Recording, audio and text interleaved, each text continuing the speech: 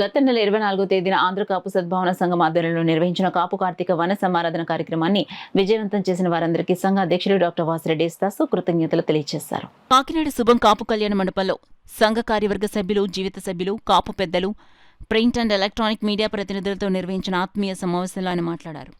ఈ సందర్భంగా కాపు కార్తీక వన సమారాధన కార్యక్రమాన్ని విజయవంతం చేసిన కాపు నాయకులను సంఘం కార్యవర్గం తరపున ఘనంగా సత్కరించారు. ఈ కార్యక్రమంలో ఆంధ్ర కాపు సద్భావన సంఘం గౌరవ అధ్యక్షులు బసవ ప్రభాకర్ రావు, ప్రధాన కార్యదర్శి చిట్నిడి శ్రీనివాస్, కాపు నాయకులు, సంఘ కార్యవర్గ సభ్యులు, జీవిత సభ్యులు, కాపు పెద్దలు పాల్గొన్నారు.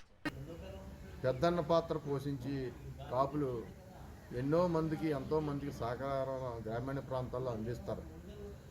అలాగే మేము కూడా కాకినాడ పట్టణంలో అన్ని కులాలకి, అన్ని మతాలకి, అన్ని పార్టీలకి అతీతంగా సద్భావన అంటే అందరినీ కలుపుకెళ్ళి సంఘం. మరి పెద్దల పేరు ఎందుకు పెట్టారో ఇప్పుడు అర్థమవుతుంది మాకు. మేము పెట్టేది కాపులైనా సరే అందరినీ ఆహ్వానిస్తాం, అందరూ వస్తారు, అందరూ సద్భావనతో కలిసి పనిచేయాలన్న ఆలోచనతో ఇక్కడికి అందరూ కూడా రావడం జరిగింది. అందరికీ కృతజ్ఞతలు.